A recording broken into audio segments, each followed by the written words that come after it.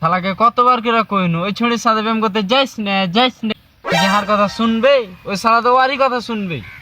তোরা তো কত কথাই কহলি, কত রকম তো উপদেশ দিস, এটাকেও এরকম কিছু মনে করেছিল। খুব ভালো কাজ করেছো তুমি।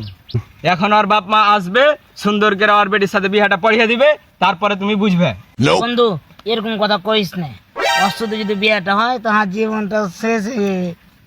ওর যতগুলো এক্স বয়ফ্রেন্ড আছে মেসেঞ্জারে ভিডিও গুলো পেটে পেটে পাগলা করে দিবে। এই হুঁসটা তোর আগে করা উচিত ছিল বন্ধু। তুমি একলা একলা ঘুরলে ফিরলে ডেটিং করলে তখন তো আর হারাকে জানাওনি বন্ধু। এলে এখন ভাই ভাই কেন দুঃখ আনছো? তখন বন্ধু আবেগে কাজ করছিল, বিবেকে কাজ করেনি। আসলে বন্ধু বিশাল বড় ভুল হয়ে গেছে। খুব ভালো কাজ করেছে বন্ধু। এখন তোমার বিহার শেরানের কাপড় কিনা দেওয়া ছাড়া কোনো উপায়ই নাই। এলা কইস না বন্ধু, যাইস না বন্ধু, এলা কইস না।